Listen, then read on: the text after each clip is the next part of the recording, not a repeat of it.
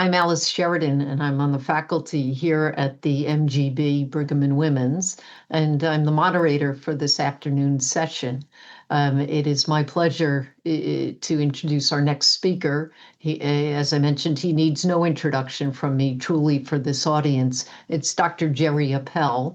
Dr. Appel is a professor of medicine at Columbia University College of Physicians and Surgeons. He's the founder of the Center of Glomerular Diseases in the Division of Nephrology.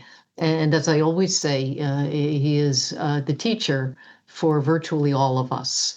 I promised I would keep his intro short. I promised Jerry. So I give you Dr. Appel. Thank you, Thanks, Jerry. Alice. So today we're going to be talking at first about treatment of IgA nephropathy. And this is clearly the glomerular disease that has changed the most over the last 5-6 years, over the last year, and even over the last 6 months. It's hard to keep up with the newer therapies that are coming out, what their changed status is, the new guidelines. We'll talk about the guidelines and these newer therapies. So these are my conflicts of interest, that all the grants are through Columbia University, all the research grants. The lectures are usually on the mechanisms of various disease, and the consultations are with many different companies. Unfortunately, I have no major stock holdings. So IgA nephropathy, this is defined by IgA, immunoglobulin A deposition in the glomeruli. Now, a lot of people don't realize it must be dominant or codominant. You can have IgG and IgM, and the IgG can be just as strong as IgA, and it may be IgA nephropathy. So don't think because you have the other immunoglobulins, it's not IgA nephropathy, but you must have the IgA. The classic presentations are young people, gross hematuria after an upper respiratory infection or after a sporting event. Adults are picked up usually asymptomatically by proteinuria and hematuria, insurance physicals, pregnancy follow-up with the dipstick of the urine, sports physicals, army physicals, etc. We'll talk about the pathogenesis and the four-hit hypothesis. You heard a little bit about this in terms of immunology this morning. End-stage kidney disease, 15 to 20% by 10 years, 30 to 40% by 20 years. But the risk is much greater in some people than others, and this is so important now that we have newer drugs. The two best risk predictors are proteinuria and the rate of loss of GFR, and I'll show you the data. And the treatment. The views are changing. No single therapy is perfect for everybody. We have to make a diagnosis earlier, and we have to treat all the elements in the pathogenesis in 2026. So at the heart of the problem is an abnormal IgA molecule. We all produce some galactose-deficient IgA, missing galactose residues at the hinge region of the IgA molecule. But people with IgA nephropathy produce much more of it. And not only do they produce much more of it, it becomes antigenic. So if we look at the pathogenesis, and this is generally accepted, the four-hit pathogenesis, it is mucosal B cells in the gut, especially in the terminal ileum, in the Peyer's patches of the terminal ileum, that start producing more galactose-deficient IgA1. That's hit one. Secondly, it becomes antigenic. We produce antibodies against our own galactose-deficient IgA1, or the people with IgA do it, IgA nephropathy, and you get immune complexes. The immune complexes circulate, land in the glomeruli in the kidney, set up the cascade of inflammation, activation of complement, recruitment of monocytes, etc., etc. You can see already there are many different ways you could interact and try to block this, and we have drugs to do almost each of these things. So a couple of points here from KDIGO. Now, as you know, KDIGO doesn't come out every year, and that's a problem. Up to date, which I work on myself, that does come out all the time. But KDIGO for IgA is 2025. This is not 4 years ago. The diagnosis of IgA requires a kidney biopsy. Still absolutely true. No sure biomarker. All patients with over a half a gram of proteinuria, without a clear diagnosis who might have IgA should get a biopsy. Okay. Now, if you have somebody who you do genetics on and you know they have a TRPC6 abnormality or they have collagen 4 abnormality, they don't need that biopsy necessarily. But if you don't have a diagnosis, do that because it will influence your therapy. Rule out secondary causes, again, inflammatory bowel disease, viral infections, autoimmune, but these are obvious when they come. These aren't going to be subtle at all. The Oxford classification is very useful. It's the MESTC score. It doesn't tell you what specific medication to use, but it tells you where you should be acting on glomerular inflammation, non-specific therapy, formation of antibodies, etc. And evaluate the progression here. You can use the International IgA prediction tool if you want. There are other ways of doing this. So this is the MESTC Oxford classification. And you're talking about mesangial hypercellularity, endocapillary proliferation, segmental sclerosis. Here's a segmental lesion in this glomerulus, and tubulointerstitial fibrosis. It's important to realize that of all these, tubulointerstitial fibrosis is graded 0, 1, and 2, because again, it is so important. Helmut mentioned that earlier in the day. Crescents can either be absent, 0 to 24%, or over 25%. Even one crescent gives you a worse prognosis on the biopsy. But it's worth doing that biopsy to look at the MESTC score, and it's also important to see how it's changed over time. Now, this is one iteration of the International Risk Prediction Tool that Schwarm Barber has gone through many layers of this in different formats, etc. But essentially, you're using all the clinical data, the estimated GFR, the blood pressure, proteinuria, whether they're using ACE inhibitors, the MESTC score. It doesn't have the C in it, but the MES score here, immunosuppression. You can calculate out what a risk of somebody is of having renal failure in a certain amount of time from the biopsy. I don't do this in every patient. It takes a lot of work to just put this in. You have to make sure you've got everything, you've got it right.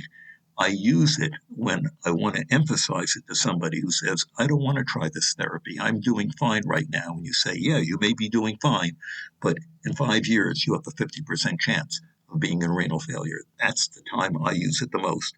Other people use it a little more routinely, and for studies, they've used it. Now, if I had to guess, which are the two most important studies that have been done in IgA nephropathy, my bias would be for this is number one, because this one is crucial, reduction in proteinuria. So this is Dan Catran and Heather Reich from the University of Toronto. They looked at over 500 patients with IgA nephropathy.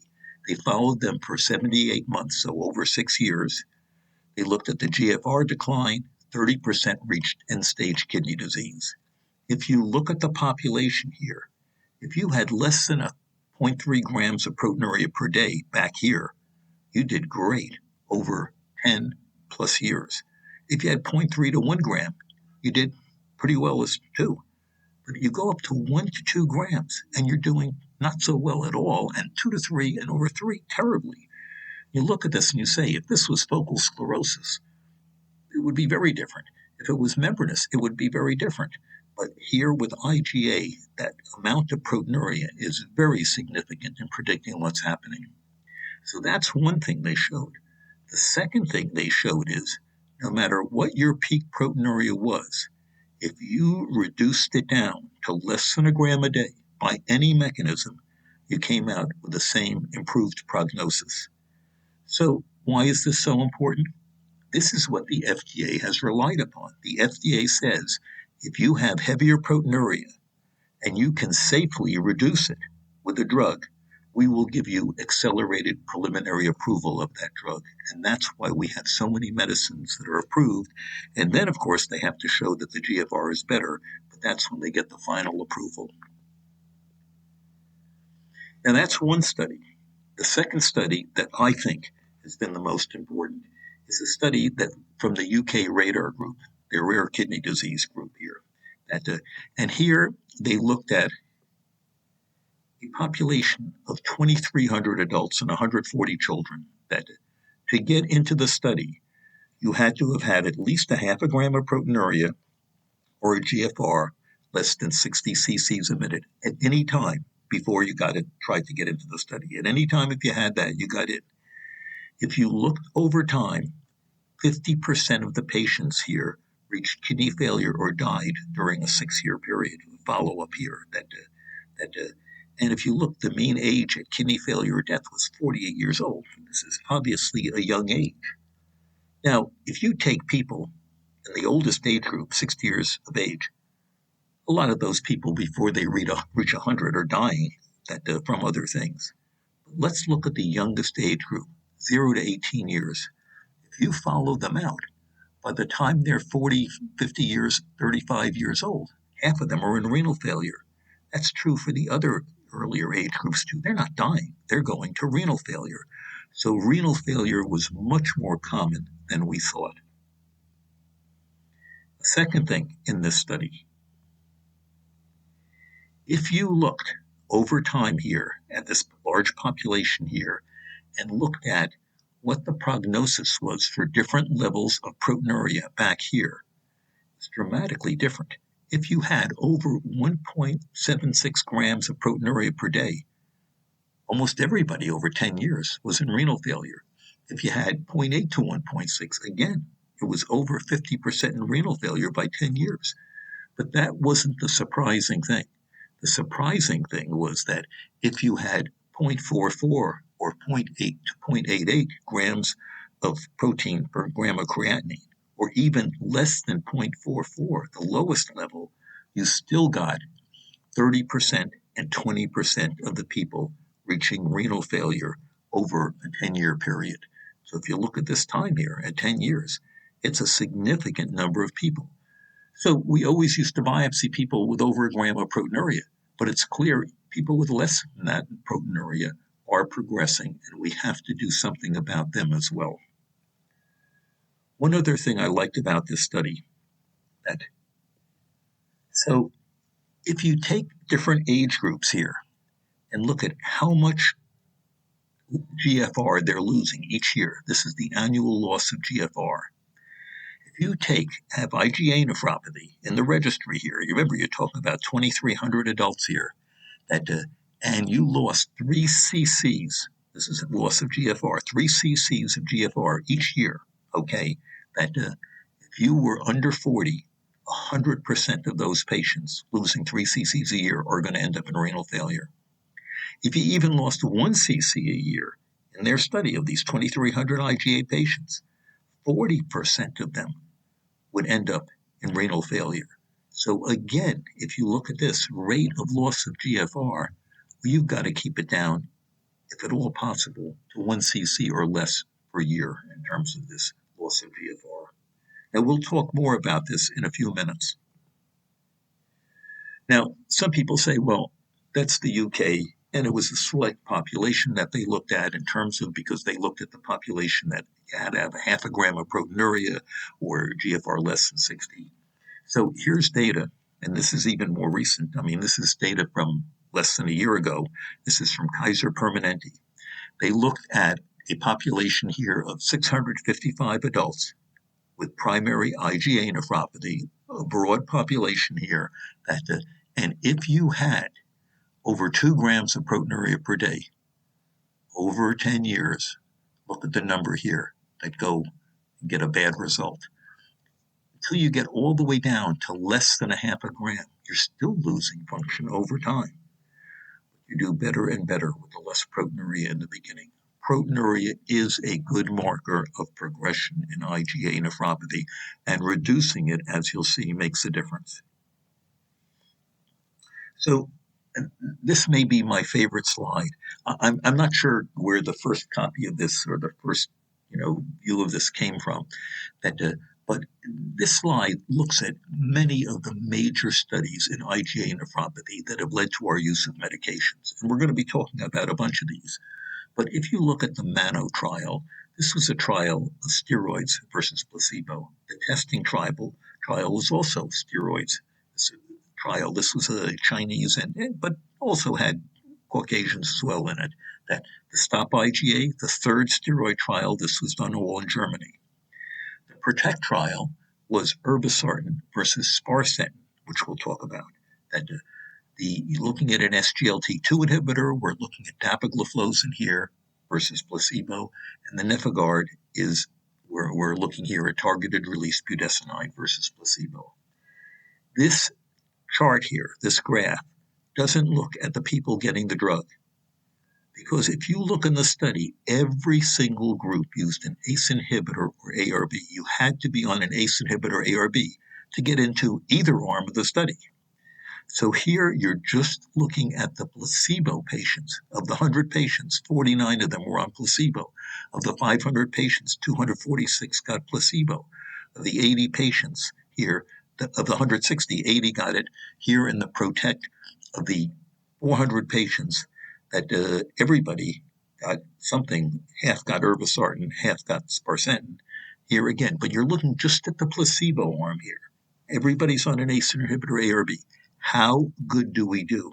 So the rate of loss of GFR, 6.2 cc's a minute, 5 cc's a minute, 2.7 cc's a minute, 3.9 cc's, 4.7, 5.4.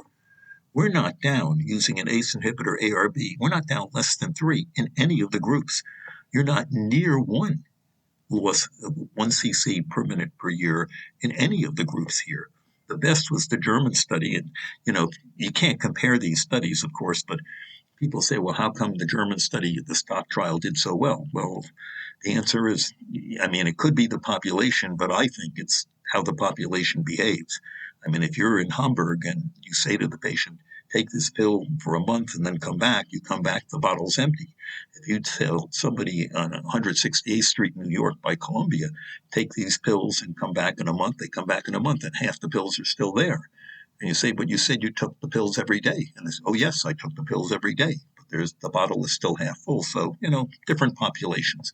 Nevertheless, we aren't doing the job we'd like to do with ACE inhibitors and ARBs alone. And fortunately, we have newer medications. So this is the current IgA KDIGO guidelines, the IgA nephropathy guidelines. Now, without going through all of them, I want to point out a couple of things here. First of all, there are a group that focus on lifestyle modification, which you do in everybody with glomerular disease, and using non-specific therapy. ACE inhibitors, ARBs, dual endothelin antagonists, or adding an endothelin antagonist, endothelin receptor antagonist, and SGLT2 inhibitors. Non-specific therapy, you could use these in virtually any disease in terms of this glomerular disease, and it should make a difference. If you get over to the other things here, that one is stopping the synthesis of the galactose-deficient IgA1 and reducing the immune complexes. That's the basic pathogenesis. That's what's going on in the terminal ileum. That's what's leading to the whole process that sets us off in the glomeruli. And you'd want to do that. And there's some data on steroids. There's certainly data with targeted release budesonide that you can do this, and especially with some of the newer medicines. And you also want to stop the glomerular damage itself. And we use our marker as proteinuria, of course, here, but you want to stop the inflammation here in terms of so you don't get the scarring. And we have a number of medications that do it. So I like to look at this as 3 things: non-specific therapy, blocking the beginning of the pathogenesis, and blocking the inflammation itself in the glomerulus. So what's happened with medications? Well, medications are getting more and more difficult.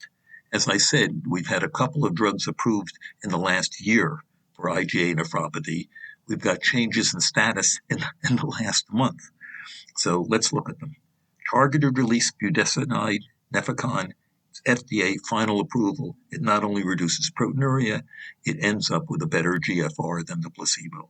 Sparsentan, one of the only drugs compared to an active comparator. It was compared to irbesartan. This is a combined endothelin A receptor antagonist and an ARB together versus irbesartan. Final FDA approval.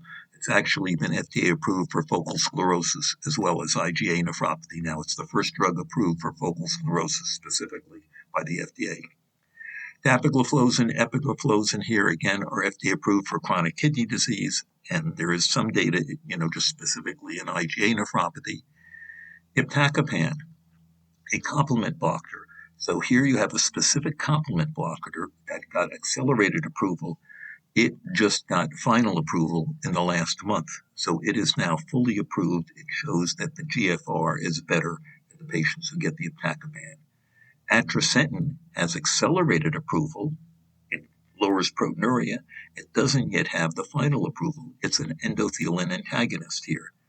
And then we have two drugs, one which has been approved for a while, an anti-APRIL drug, sibeprenlimab, and then atacicept, which has recently been approved. It's both anti-BAFF and anti-APRIL. Telitacicept is being studied in China, and felzartamab is an anti-38. And there are other things being studied as well. I just put these on because, again, these are the ones that you're going to be faced with using very quickly in terms of this, because newer drugs, such as I'll talk about povetacicept too, are coming out all the time. So just a word about steroids. Steroids have worked in a number of studies. The problem in the testings trial, which was the largest and probably the best, you're talking about over 500 people here, that is, when they used a full dose of steroids, they had more mortality and more hospitalizations for infections. So to the credit of the testing people, and again, the largest group was in China, but there were a lot of people in Australia and other South Asian countries, etc., that they used a lower dose of steroids here and tapered it more speedily. And they also gave on antibiotic prophylaxis. That's the second half of the study here. And no significant increase in deaths and only a minimal increase in infections. So the steroids have worked in terms of this. And again, we have data with the low dose. Now, that's good and bad. And I point this out. This is looking at galactose-deficient IgA1 levels here and in IgA nephropathy, okay? So this is a relatively recent study here that looks at this. And if you look here at the low dose here, this is their IgA level at 6 months and at 12 months. It's down. The percentage is significantly reduced. But if you look at galactose-deficient IgA, it's only reduced at 6 months here. And the percentage of patients who got old or had a reduced dose went way down. If you took the full dose, yeah, you got a good reduction at 12 months. But we don't use the full dose. So again, that's a biomarker. We know the important thing is proteinuria, but nevertheless, the newer drugs are giving us much greater drops in galactose-deficient IgA1. And one slide for mycophenolate. This slide just shows you a study that was done on in 170 patients. It's a Chinese study, but I don't see any reason that the studies in China are any less good than ours are. I mean, we certainly accept the testing trial. But here you look at the composite endpoint of not reaching the composite endpoint of bad results. The MMF group did better than the standard of care group. If you look here at the GFR decline, it was less with the MMF. If you looked at the disease progression, it was less. And if you look at proteinuria reduction, it was greater. MMF works as well. Don't throw out steroids in MMF. They are still drugs that have shown to work in enough of the population that they're worth considering.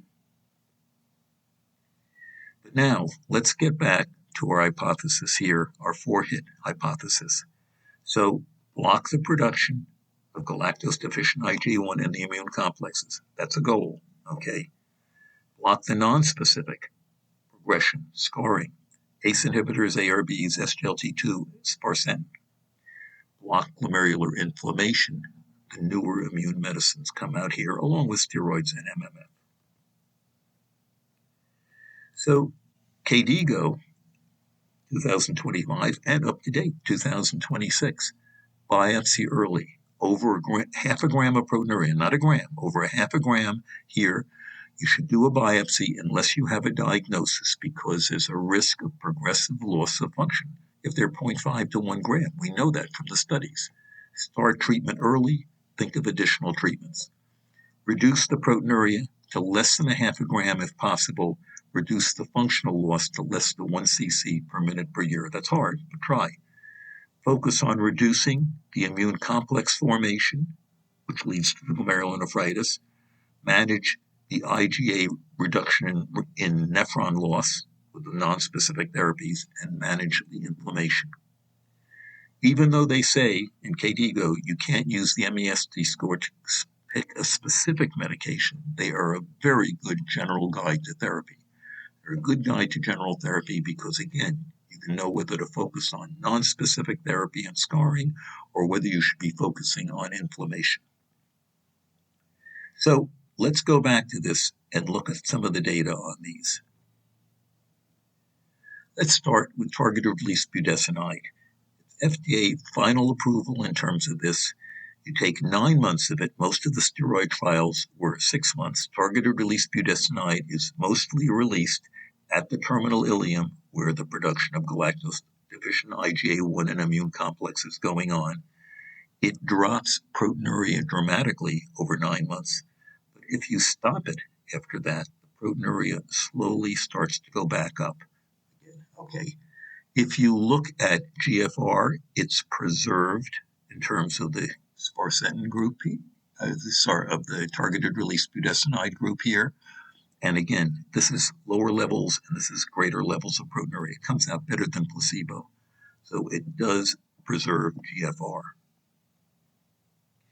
Now, if you look at total IgA, it's barely reduced. But if you look at galactose-deficient IgA1, it is reduced here. And the galactose-deficient IgA1 immune complexes are reduced as well here. But again, here you're talking about 20-30% reduction in the different studies.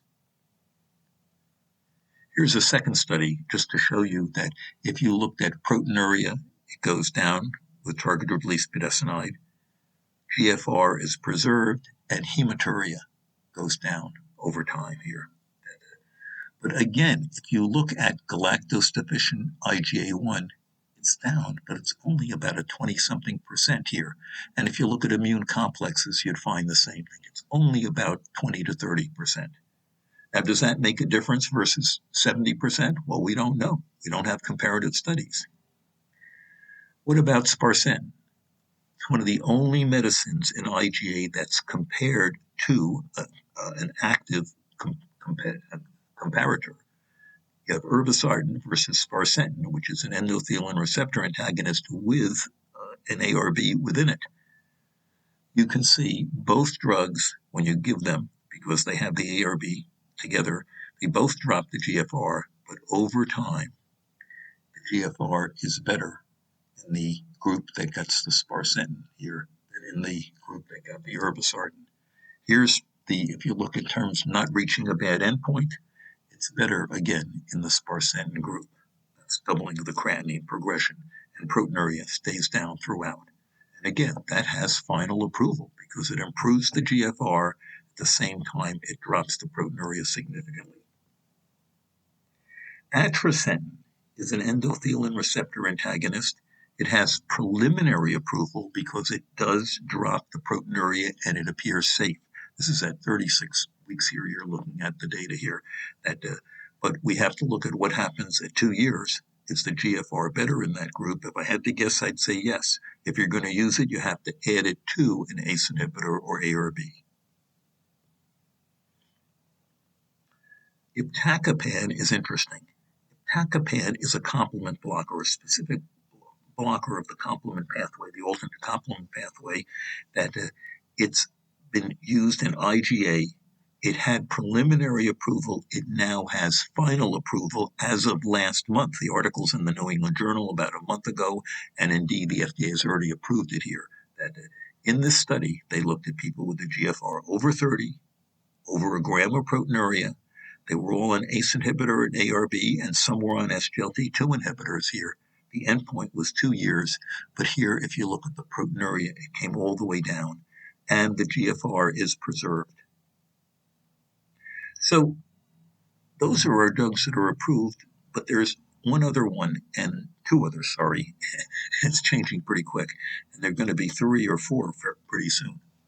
So we're getting back to what you heard this morning about the immunology here, about B cells going on to plasma cells eventually, to memory B cells, etc., and blocking B cell activating factor, BAFF. It's also called the lymphocyte stimulator, but it's a cytokine that stimulates B cells to proliferate.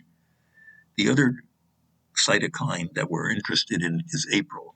And you'll see in terms of this, APRIL is a proliferation-inducing ligand, but essentially, again, it's a stimulator of B cells here to go on to progression. So if you look at this, the first drug approved for this was sibeprenlimab here. It's a monoclonal antibody that works by targeting and neutralizing APRIL. It acts right here on the APRIL receptor here, and again, it inhibits APRIL, and then the B cells here that do not proliferate and do not go on to plasma cells, etc. So you don't get the IgA, you don't get the galactose-deficient IgA1 and the immune complexes. Also FDA approved is atacicept. Atacicept blocks both B cell activating factor and APRIL. It acts on both of these here and on the TACI receptor here. So again, now is that better than just acting here? Again, we don't have comparative studies between these different agents, but let me show you the data. So here's the final trial, the CIBI phase 3 trial, the visionary trial, published November of last year in the New England Journal. It's sub-Q once a month in terms of CIBI versus placebo. Okay, and a lot of the people were on ACE inhibitors, ARBs, and many of them were on SGLT2 inhibitors. It was like here, 56% and 70-something% were on SGLT2 inhibitors. If you look at the data here, okay, this is the mean change in urine protein creatinine ratio, way down here in terms of this with the CIBI versus placebo. And here you can see again, here's the change in the UCR over time. This is going out here again. Okay. And if you looked at, was it better? In almost every group, it's on the favor group that it's better, including that's not only the epidemiology in terms of what your race is, what your age is, and everything, but if you looked at 24-hour urine proteins, whether it was very heavy or not, that what your GFR was it 1044 or over 44, etc., that were you on another drug at the same time? Again, everything was positive. Now, if we look at galactose-deficient IgA1, it goes all the way down. It stays down. So it's 60%, 60, 70% reduction. And if you look here at APRIL levels, you can measure the APRIL levels, the cytokine, which is stimulating B cells. It drops all the way down and stays down. Again, this was done with very few adverse events here. If you look at mortality, none. Okay, so obviously this drug got its approval in terms of this because it did what they said it did in terms of getting the GFR preserved here, getting the levels of APRIL down here, that very successfully. The other drug that has been more recently approved is atacicept. Atacicept, as we said, blocks both BAFF and APRIL. Now, later today, I'm going to be talking about a BAFF blocker that we use in lupus, belimumab, that was mentioned during the immunology lecture. But again, these drugs all either act on both or on just APRIL. Because again, for IgA, APRIL seems to be very important. Nobody's just trying to block BAFF or BLyS alone. So this is the Origin 3 trial. Started out with 150 milligrams sub-Q weekly, then goes on, everybody in both groups goes on here, and they're carried out over time. And again, the same type of population with IgA nephropathy. And if you look, here's the proteinuria here. It's the same in the placebo group and the atacicept group, the GFR 65, 65, the time since biopsy the same. Again, about 50% of the patients are not only on an ACE inhibitor A or B, but they're on an SGLT2 inhibitor as well. And again, all the new studies are going to be on it with half the patients on SGLT2 inhibitors because that's what we're using these days.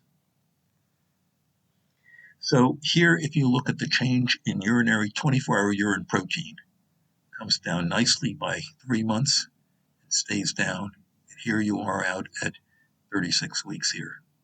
And here you look at the change in galactose-deficient IgA1, comes all the way down. And here you're looking at the change in patients in terms of, who had hematuria. That's very important, because even though some people disagree, many would say that hematuria is a sign that there's still active disease going on. So by getting the hematuria down, at least it supports the idea that we're doing something in the glomerulus as well. Anyway, if you looked at the whole picture here in terms of this, that at week 36 here, 42% greater reduction in protein, 67% drop in galactose-deficient IgA1, 81% resolution of hematuria here. Adverse events, very mild, no mortality. And here, everything, no matter your age, no matter what gender you are, no matter whether you're Asian or Caucasian, etc., that, no matter whether you had a low level of proteinuria less than 1.5 grams or over 1.5 grams per day, and whatever your GFR, everything favored the atacicept. Oh, and again, for adverse events, 0 deaths, 0. Adverse events, the same. So again, these drugs are proving relatively safe, at least in the short term. That's the problem. We don't know at 10 years if you take it, but relatively safe, and they're giving much bigger drops in galactose-deficient IgA1 and in the cytokine. The problem is we don't know if the bigger drop in galactose-deficient IgA1 in the immune complexes will translate into better renal function in 10 years than if you have a 25%. 67% or 70% better? One might think so, but we need the proof for these things, and we need comparative studies. Now, there are drugs that are being studied. Povetacicept is likely to get FDA approval. Everything I've seen shows that it fits in right way. Povetacicept is like atacicept here. It's a compound molecule here that acts on both BAFF and APRIL. Telitacicept, which has been shown to work in a number of different diseases already, is being studied in China as part of a phase 3 trial here that was presented at the ASN. The data is very good for telitacicept, but it's not being studied in any extensive amount in the United States now. Felzartamab is an anti-CD38. If you think of anti-CD38, you think of daratumumab that we use in myeloma. It blocks plasma cells itself. It's being investigated. So we're hitting that B cell, its receptors, its cytokines, and directly by many different drugs now. So to put this together, how do I treat IgA now? Now, I have to say that if you ask me, not in 5 years or in 2 years, if you ask me next year, am I doing the same thing? It might be no, because again, we're getting new data all the time. But first of all, I assess the patient. I see how much proteinuria they have, what the GFR is. If I have a track record, how much GFR have they been losing over time? Are they progressing towards renal failure? Are they in a group that is high risk? I look at the Oxford classification. I especially tune into things like crescents. I tune into things like endothelial proliferation, endocapillary proliferation. I tune into how much scarring there is. If the person has a biopsy over 0.5 gram of proteinuria and no clear diagnosis, those are the people I'm biopsying. The days of only biopsying people with over 1 gram of proteinuria are gone. Then therapy directed at CKD progression. The more chronicity, the more S&T, the more important it is to do these. Renin-angiotensin system blockade, I don't usually have to start that because the patients usually come to me on that already. But there are 2 other ways to go. One is sparsentan, replacing the ACE inhibitor and the giving you the endothelin antagonism, or adding atrasentan to the ACE inhibitor. So, in terms of these, uh, I actually like the idea of using sparsentan because it's a single drug instead of having two drugs on board. But again, one could argue about that. It's easier to add something to the medicine that they're already on but some patients collect and count the number of medicines. Using SGLT2 inhibitors, the data is there already. Most of the drugs, newer drugs, are already being to people who are on an ACE inhibitor and an SGLT2 inhibitor. And I can say that these drugs are being studied in combination now. But again, maximize this. The limitations are almost always the same. Blood pressure. All of these will lower the blood pressure. You just can't keep giving it if the blood pressure is low. Then think of your therapy for glomerular inflammation. So, steroids, we only use the low dose regimen. We're thinking of 6 months duration because it's limited by toxicity. And that's a problem because, again, things are going to change. So, again, you might think about using mycophenolate afterwards. Again, we know that we can use mycophenolate for years in lupus patients, and it's pretty well tolerated. Or you could use targeted release budesonide, which again, it can have steroid side effects. It's designed not to be absorbed, but about 10% of patients will have steroid side effects that usually it's not increased infections and it's not increased diabetes, that unless you start off with a high sugar to start. How long to treat? The studies are only on 9 months, but we know after 12 to 15 months, you're losing the effect. So some people would cut the dose in half. That's not the FDA recommendation or the company, but they'd say instead of 16 milligrams, start using 8 milligrams after 6 months or after 9 months. Try to continue it or just taper it down. Again, we don't have the answers to those yet. Or you could use iptacopan, which now has its final approval. It is a complement blocker, and because of this, you need vaccinations against encapsulated organisms, especially meningococcus, that you also need to take prophylactic antibiotics. Again, so this scares off some people, but because it's got its final approval already here, some of the pharmaceutical companies, some of the insurance companies are saying, well, use that next. Don't go to the newer agents here because, again, they don't have the final approval. Sibeprenlimab, atacicept are there already. They're available.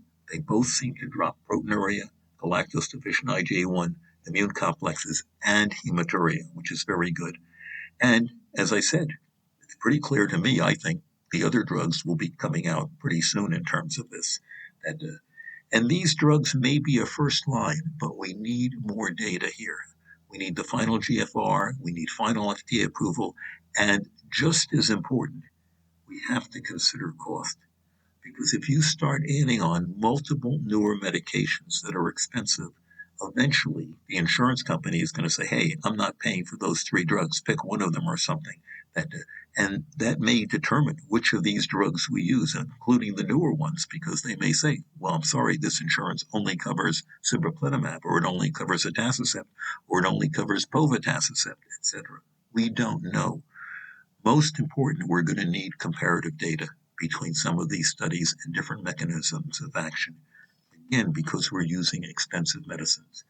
Regardless, though, this is changing all the time. We can do much more than we could do in IgA nephropathy a number of years ago.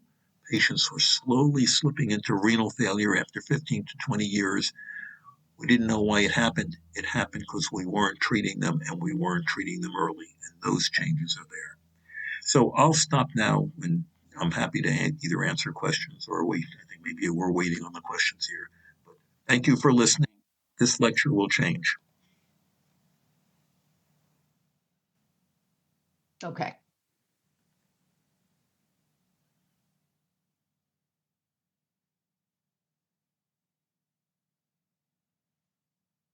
Uh, Thank you very much,